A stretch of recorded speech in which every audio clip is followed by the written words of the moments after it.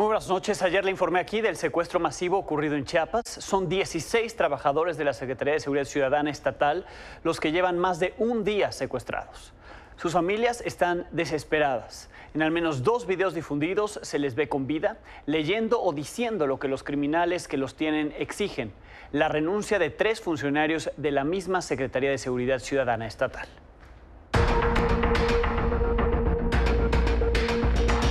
Buenas noches. Antes que nada, a nombre de mis compañeros, quisiera externar que nos encontramos muy bien para que no se preocupen nuestras familias. Solicitamos al señor gobernador de su valiosa intervención. Las exigencias son de que las renuncias de Francisco Orantes Abadía, de Roberto Yair Hernández, así como el licenciado Marco Antonio Burguete Ramos, de la Secretaría de Seguridad Pública. Son 16 personas del sexo masculino de la Secretaría de Seguridad y Protección Ciudadana del Estado de Chiapas que iban del cuartel Llano San Juan hacia la ciudad de Tuxtla Gutiérrez, Chiapas. Al momento hay 2 personas del sexo masculino asegurados que pudieran estar relacionados a los hechos, ya que se encontraban en el lugar donde sucedieron los hechos.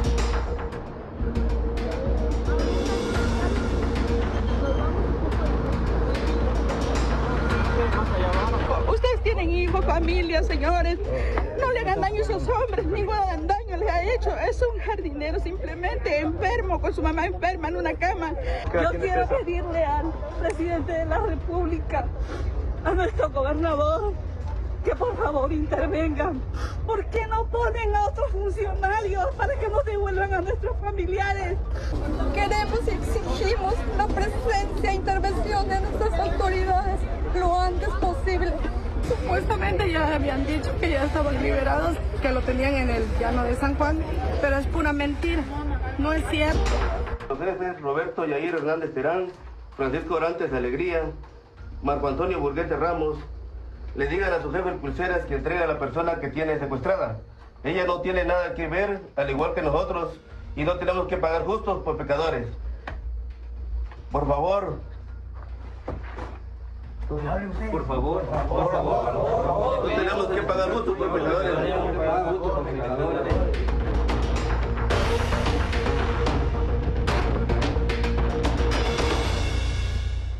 Por la mañana el presidente se refirió a estos trabajadores secuestrados. Primero lo atribuyó a un conflicto entre grupos criminales. Exhortó a los secuestradores a liberarlos, pero terminó ironizando sobre el asunto, diciendo que si no los acusaría con sus papás y sus abuelos.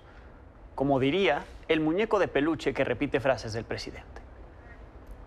Estamos trabajando sobre esto. Son trabajadores del penal de Ocosocuautla que fueron detenidos, secuestrados, y estamos trabajando en eso y en otras investigaciones, pero ya estamos. La instrucción es que se rescate y desde luego con vida, que es lo que deseamos, a los que fueron secuestrados, y decirle a los delincuentes que no va a haber impunidad. No sabemos. Al parecer es una confrontación entre grupos, que eso es ahora lo más relevante, lo más común, que se enfrenten grupos. Sí, eso lo deseamos y vamos a esperar. Justamente con los secuestrados, la distribución de varios mandos. ¿Eso se lo informaron de mañana? No, acaba de salir ahora, según me dicen. Pero lo mejor es que los liberen. Si no, los voy a acusar con sus papás y con sus abuelos. Ya ven que salió un AMLito. Ya no puedo hablar de eso. Que habla el AMLito y dice: lo que diga mi dedito. No, para nada. Lo que diga mi dedito. Me canso ganso. Isabel, prepárate para la multa. Adiós. El viernes el presidente estuvo en Chiapas. Ahí dijo que era uno de los estados más seguros del país. es uno de los estados más bellos de México, con un pueblo bueno, trabajador, pacífico. Los datos de seguridad en Chiapas, la verdad, son excepcionales. Nada más decir que los avances en materia de seguridad en Chiapas también tienen que ver con la participación del gobernador. Y sobre lo ocurrido con los trabajadores de la Secretaría de Seguridad Ciudadana, no ha dicho nada el gobernador Rutilio Escandón. Hoy publicó que encabezó varias actividades culturales y que tuvo una reunión en la que llamó a la población pidiendo que se cuiden y que estén pendientes, pero no de la inseguridad, de la violencia y los secuestros de su estado, sino que estén pendientes de lo que informa Protección Civil por las fuertes lluvias que van hacia ese estado. ¿Qué es lo que se sabe hasta el momento del secuestro? Los 16 trabajadores de la Secretaría de Seguridad Ciudadana de Chiapas trabajan en el cuartel de la Policía Estatal en Llano San Juan. Estaban siendo trasladados a Tuxtla Gutiérrez. Se trata de un tramo de alrededor de 41 kilómetros. Hoy se confirmó que fueron interceptados por los hombres armados en el tramo carretero Ocosocuautla-Tuxtla Gutiérrez, aunque no se ha precisado a qué altura de este tramo ocurrió el secuestro. Los dos detenidos estaban en el lugar del secuestro, pero hasta el momento no se sabe si están o no relacionados con el crimen. Para el operativo de búsqueda fueron desplegados 1000 elementos federales y estatales. ¿Quiénes son los funcionarios de los que se pide la renuncia? En uno de los videos que le mostré, donde los secuestrados leen, uno de los secuestrados lee lo que los secuestradores exigen. Se trata de Francisco Javier Orantes Abadía. Él es subsecretario de Seguridad Pública de Chiapas. Marco Antonio Burguete Ramos, director de la Policía Estatal Preventiva. Y Roberto Yair Hernández Terán, director de la Policía Estatal Fronteriza. Por cierto, en el segundo video de los hombres secuestrados, difundido esta tarde, uno de estos trabajadores secuestrados pide a los 3 funcionarios de seguridad la liberación de una persona que, de acuerdo con familiares, tendría el nombre de Marcelo. Sobre este sujeto, las autoridades no han proporcionado más información, por lo que podemos suponer que el grupo criminal que los tiene secuestrados pide esas 3 renuncias, pero además la liberación podría ser de un presunto criminal. ¿Y qué grupos criminales operan en Chiapas? De acuerdo con un reporte de la Secretaría de Defensa Nacional que fue difundido en el mes de febrero de este mismo año, en Chiapas se ha documentado una disputa entre células vinculadas al cártel de Sinaloa, el cártel de Jalisco Nueva Generación y de un grupo criminal proveniente de Guatemala, conocido como los Huistas. De acuerdo con el documento, los municipios que concentran mayor incidencia delictiva son Tapachula, Tuxtla Gutiérrez, muy cerca de donde ocurrió el secuestro, San Cristóbal de las Casas y Palenque, mientras que las actividades relacionadas con delincuencia organizada se acentúan en Comitán, en la Trinitaria, en frontera Comalapa, Amatenango de la Frontera, Tapachula y Suchiate. Me enlazo con mi compañero Jonathan González a la zona de Tuxtla Gutiérrez, Chiapas, para conocer los avances, si es que hay, y sobre todo conocer el sentir de las familias que llevan todo el día exigiendo información y, por supuesto, la liberación con vida de los 16 trabajadores secuestrados. Buenas noches, Jonathan. Alejandro, muy buenas noches. Te saludo con mucho gusto desde la capital de Chiapas. Y como bien dices, pues ya pasaron más de 24 horas desde que estas 16 personas fueron secuestradas en el tramo carretero Ocosocuautla-Tuxtla Gutiérrez. Sin embargo, pues las familias han estado desde la noche de este martes y hasta la mañana del día de hoy, han estado pendientes sobre la información que se ha generado al interior de la Secretaría de Seguridad Pública. Sin embargo, pues no les han dado muchos avances, no les han dado siquiera una información sobre cuál es el estado de sus familiares o si hay alguna pista que ellos puedan perseguir. Sin embargo, pues las familias el día de hoy decidieron bloquear el libramiento sur de esta ciudad. Es una vía muy concurrida, una vía que pues transita un flujo vehicular bastante amplio y pues la noche ha caído y dormir es en lo que menos piensan estas personas. Por ello, pues aquí nos acompaña Mariana, quien es familiar de una de las personas secuestradas. Mariana, ¿qué es lo que ustedes explican? Buenas noches, nosotros queremos justicia, porque vivos se los llevar y vivos nos queremos. Señor gobernador, escúchenos, ayúdenos. Ustedes son los únicos que pueden ayudarnos en estos momentos. Prácticamente nos tienen en sus manos. Y aquí estamos las familias de esos 16 hombres que están privados de su libertad. También queremos invitar a nuestros hermanos chiapanecos a que nos ayuden, a que estén aquí con nosotros, porque créanme que este dolor no se lo deseamos a nadie. Estar con la incertidumbre de no saber cómo están nuestros familiares, si ya comieron, si han tomado sus medicamentos, porque varios de ellos son hipertensos, o cómo están, no sabemos nada de ellos. Así que por favor, les pedimos que se pongan la mano en el corazón y que nos apoyen. Señor gobernador Rutilio Escandón, por favor, denos una respuesta concreta de lo que está pasando. ¡De la cara! Los invitamos da la a que cara! vengan. Queremos justicia. Bien. ¡Justicia! ¡Justicia! ¡Justicia! Bueno, Alejandro, están en estos momentos las familias exigiendo justicia, sobre todo pues que se agilicen las investigaciones por parte de las autoridades que justamente pues han estado todo el día aquí frente a la Jonathan, nada más para precisar por la exigencia que ellos están haciendo ahí, entonces no hay ningún representante de las familias con la autoridad. ¿Ha habido reuniones, algún aviso, algún adelanto, notificación? Bien, no me escucha por el ruido que hay ahí de la protesta, pero bueno, lo que podemos ver es que están exigiendo justamente respuestas, es decir, la autoridad no les ha informado nada y por lo que también entendemos, no ha habido mayor información de los secuestrados, es decir, no ha habido un aviso, ninguna llamada hacia ellas, hacia las familiares, más que los videos que fueron difundidos. ¿Me escuchas ya, Jonathan? Sí, ya te escucho. De hecho, fíjate, Alejandro, que por la tarde también, pues obviamente, las familias fueron llamadas por las autoridades a ingresar a una reunión. Sin embargo, en esta reunión, pues no les dieron mayor detalle, no les dieron mayor información de nada.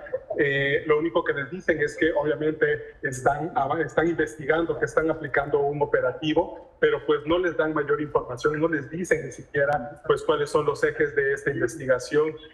Las familias obviamente están desesperadas, están preocupadas y angustiadas, dado que no saben la situación por la que están sus familiares. Pues otras autoridades no se han acercado a ellos. Ellos obviamente en ese sentido están molestos y exigen justicia, como bien ya escucharon. Entonces, nada más para precisar, sí hubo una reunión con autoridades, pero no hubo ningún avance en la información que se les proporcionó. Dos reuniones este día. Sin embargo, en esas dos reuniones no les dieron ninguna información, ningún avance. Para que liberen a nuestros familiares. Bien, y a ellos nadie los ha contactado de secuestradores o de sus propios familiares. No, hasta el momento no han recibido ninguna llamada del sector o alguna llamada. En la cara. Eso es lo más raro que mencionan ellos, que justamente pues, no han recibido ninguna llamada de este tipo. Bien, pues así la situación ahí en las calles de Tuxtla Gutiérrez, Chiapas. Gracias, Jonathan. Muy buenas noches, seguiremos atentos. Bien, vamos a más información del día.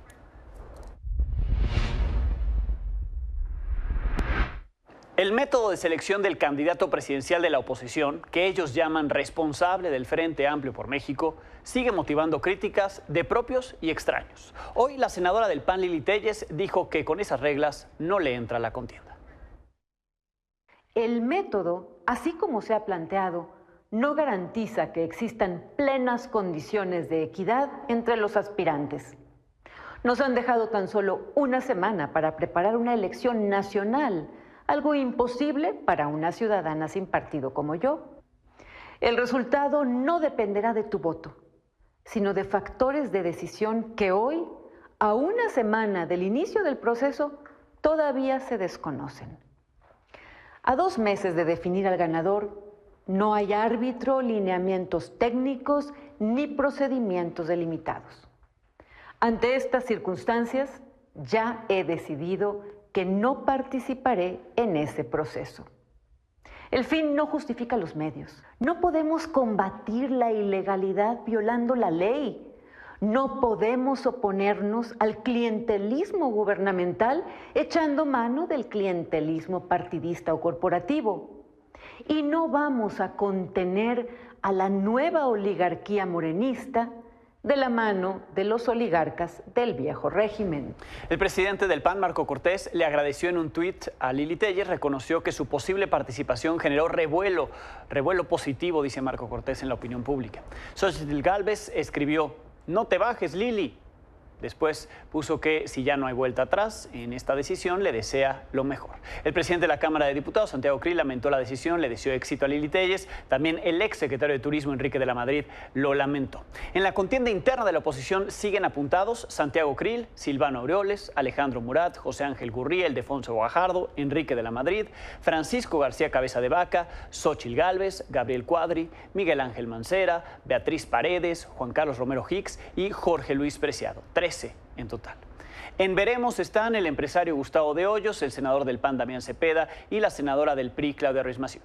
Los que ya se bajaron son el senador del Grupo Plural, Germán Martínez, el gobernador de Yucatán, Mauricio Vila, y la senadora del PAN, Lili Téllez. El presidente López Obrador reiteró que él ya sabe quién será el candidato de la oposición. Que se bajan saben que no fueron los elegidos y los que se quedan buscan una candidatura plurinominal, que el lunes o el martes él dirá de quién se trata. Entonces se reúnen y pues ya deciden quién va a ser el que los va a representar y van a echar a andar, van a empezar a echar a andar una campaña mediática, ¿no?, para encumbrar al candidato de la oligarquía, al candidato de los potentados. Tienen inscritos creo que como a 15.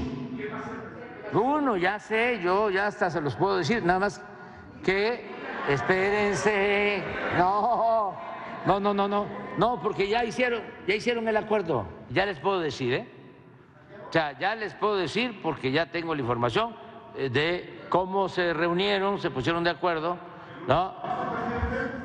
Lunes o martes ya se pusieron de acuerdo, sí, todos, la mayoría, sí. A lo mejor hay algunos que no lo saben, ¿no?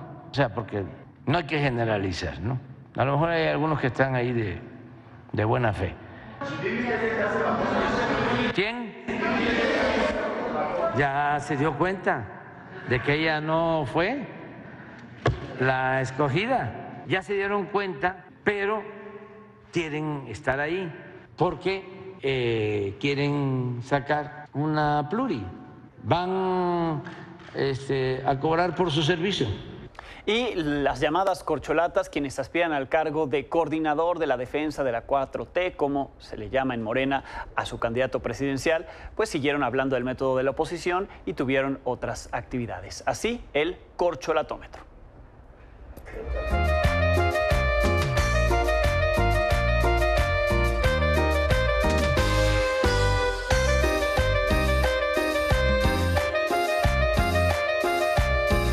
La gente la que decide. Aún en el peor escenario, me voy a mantener en Morena. No voy a salir de Morena. No se va. Le voy a poner la pulsera. Sí, tiene que ser el jaguar, pues, si no, tiene que... La fuerza del jaguar. Tengo orgullo de ser del norte. Tengo orgullo de ser del norte. Primero San Luisito, porque de ahí...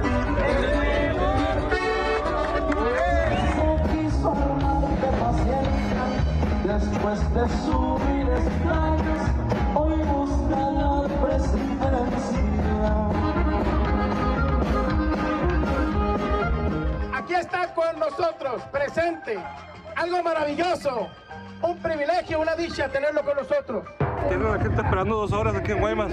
Porque pasamos a un pueblo. Y no está muy suave el calorcito, ¿no? Que digamos. ¿Qué le diría ahorita? ¿Qué le diría a los guaymeses ahorita? Pero el retraso, por el retraso. Se me hizo tarde la vida, me entretuvieron. Yo recuerdo que el cabeza hueca de Fox dijo que ya tenían sus 2 mesías, la señora María del Carmen Téllez, senadora de la República, y el diputado Santiago Krill. Bueno, pues la senadora ya dijo que no va, ya dijo que ya entendió que no la quiere.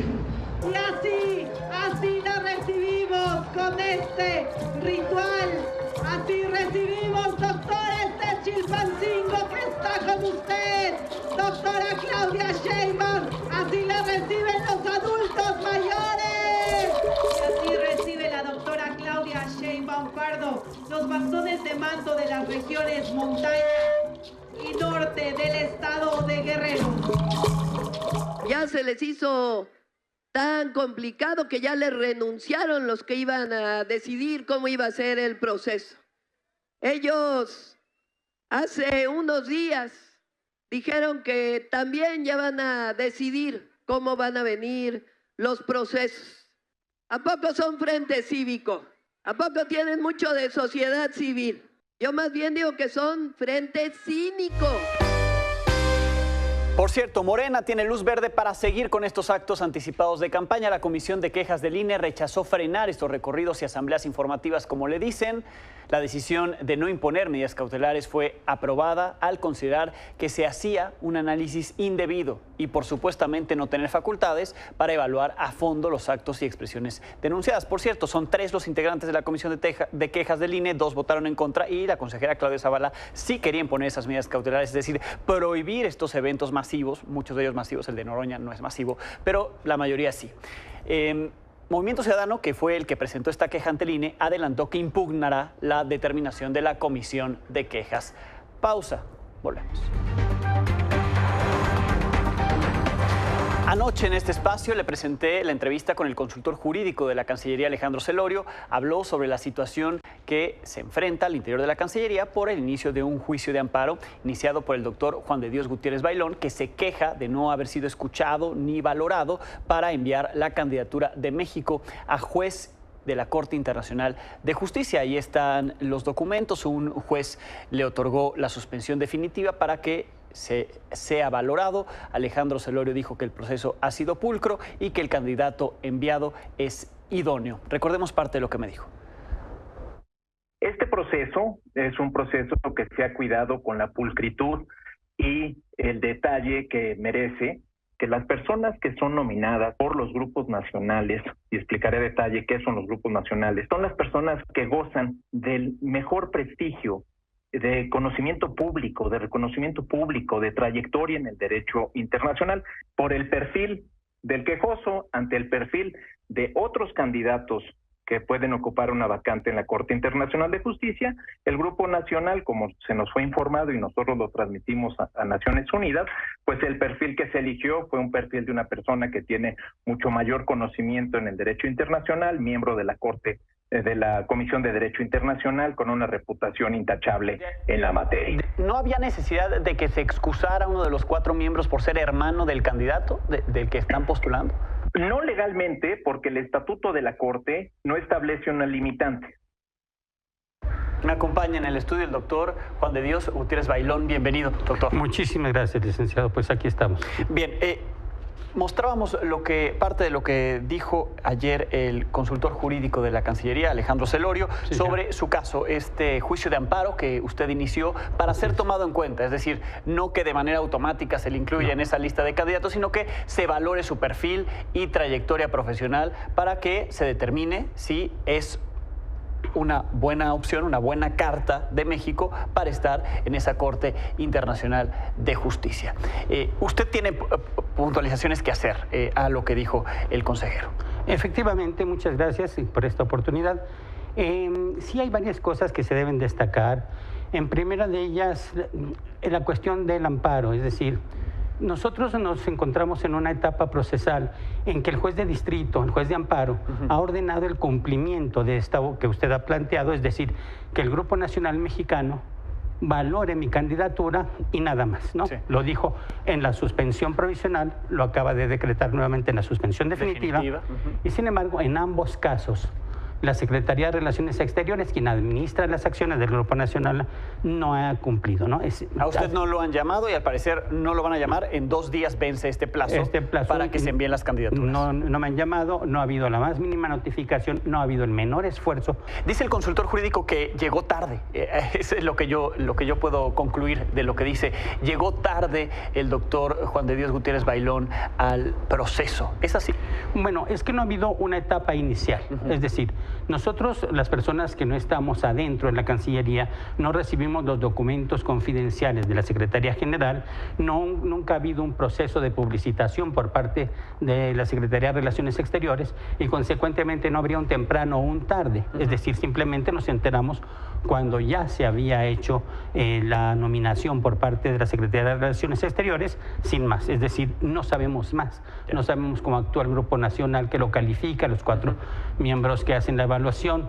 Solamente sabemos lo que pasa. Es decir, la Secretaría General de las Naciones Unidas mandó un oficio en una determinada fecha.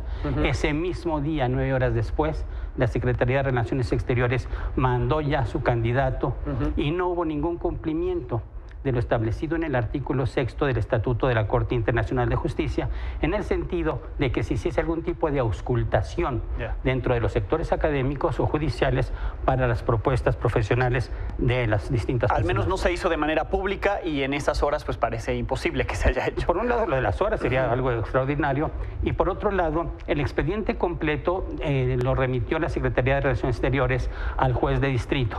El expediente en la materia solamente consta de una hoja en donde se determina quién es la persona, el señor que ha sido indicado como candidato oficial, y de algunas impresiones de correos electrónicos en los cuales se envía la solicitud por Relaciones Exteriores, por la Secretaría General de las Naciones Unidas, y 9 horas después ahí les va el candidato. Eso es todo el expediente. No hay auscultaciones, no hay valoraciones, no hay minutas de conocimiento de alguna persona, nada. Usted me trae aquí relatorías que elaboró el doctor, en las cuales lo cita usted, porque ayer mencionaba el consultor jurídico, pues que era muy capaz el candidato, no lo dudo. Pero resulta que él también lo cita usted. Entonces, digamos, si hablamos de capacidades, pues ahí está. No, yo no quiero imponer sobre la capacidad de ninguna persona, no, jamás lo haría, tengo un respeto por todas estas personas, pero sí ayer había cierta tensión gramatical en las palabras del señor licenciado Celorio, ¿no? Es decir, se refería a mí como una persona, etcétera, como un individuo quizás no muy calificable.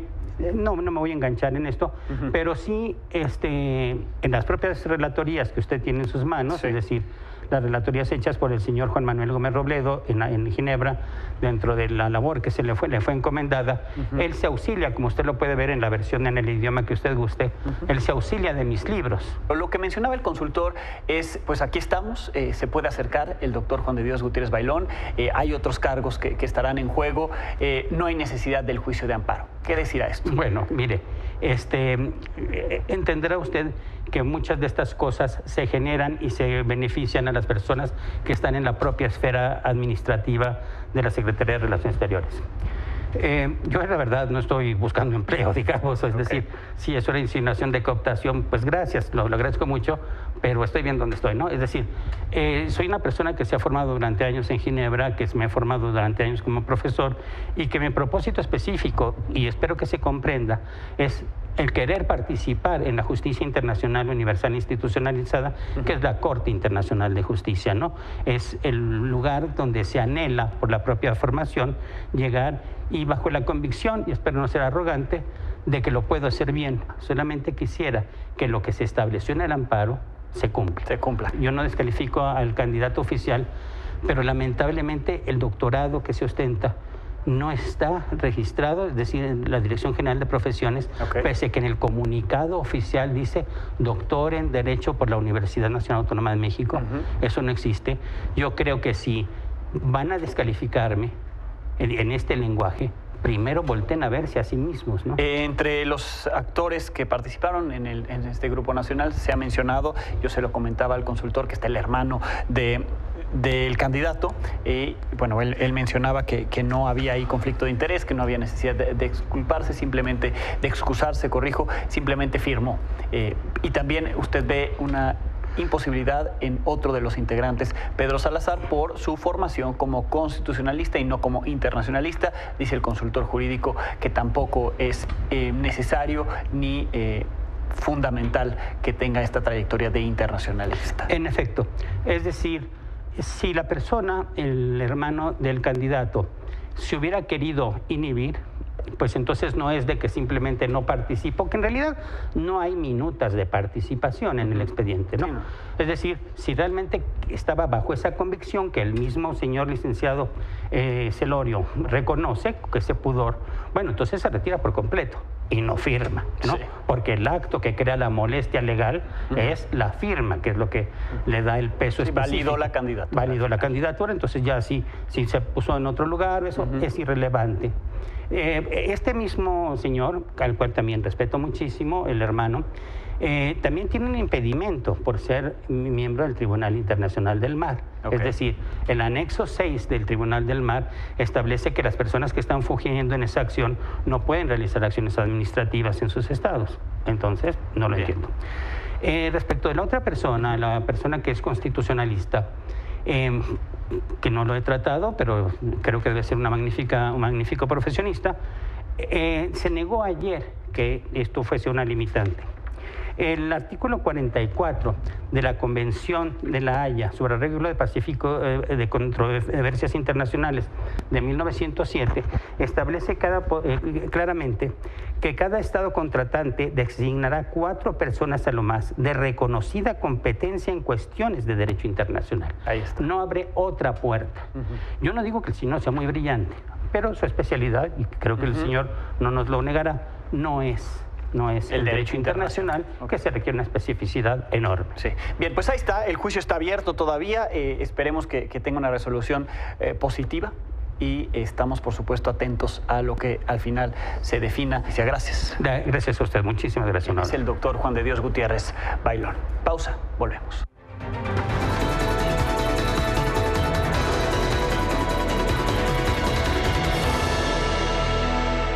Es miércoles de Sofía Ramírez Aguilar. El próximo sábado se cumplen 5 años del triunfo de Andrés Manuel López Obrador.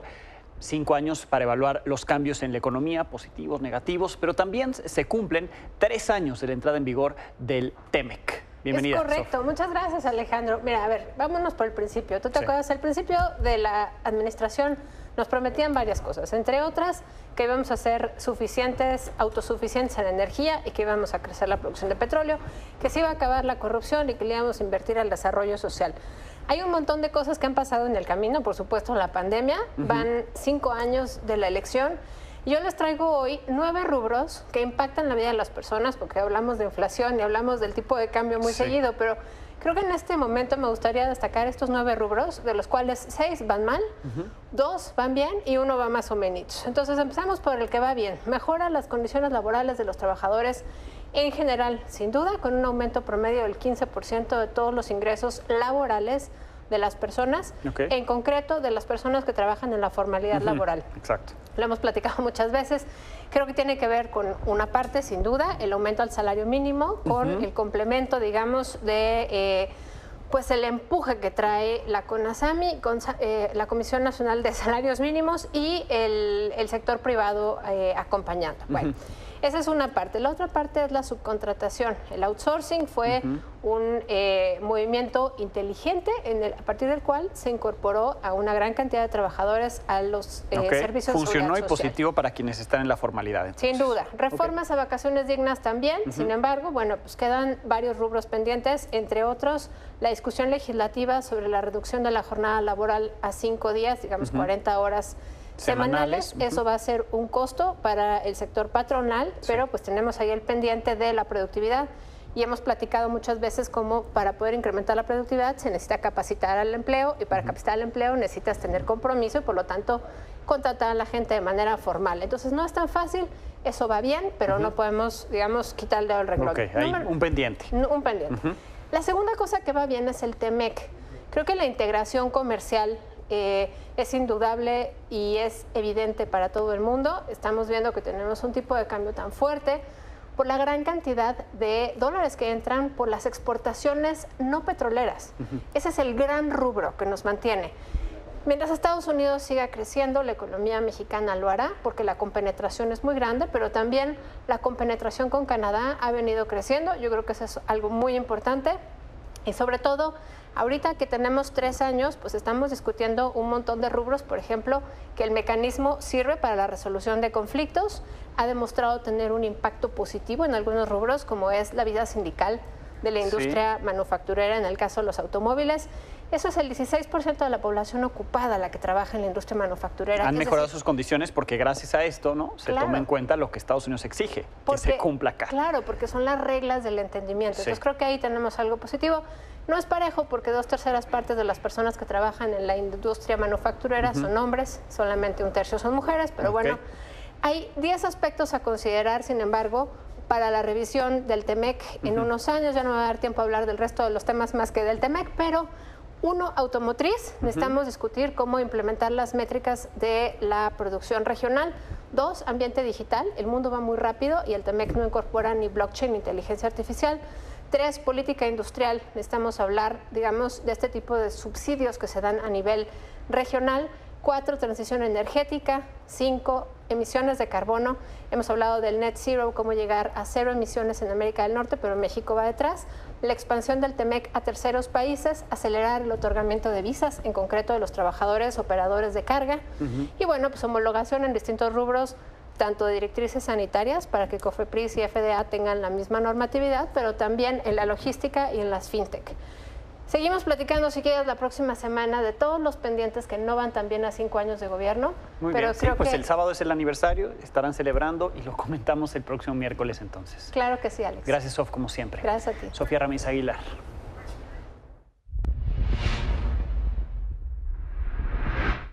Este miércoles murió a los 78 años Talina Fernández, multifacética. Recientemente fue hospitalizada debido a que sufría leucemia terminal. Multifacética porque fue reportera, conductora de noticias, conductora de programas de entretenimiento, del espectáculo, actriz y cantante. Así la recordamos. Con esto nos pedimos. Gracias por habernos acompañado. Se quedan con Carlos Marín en El Asalto a la Razón. Mañana tendremos algo nuevo que contarle en punto de las 21 horas. Encuentra toda la información de Milenio en nuestro canal de YouTube, suscríbete y activa la campanita.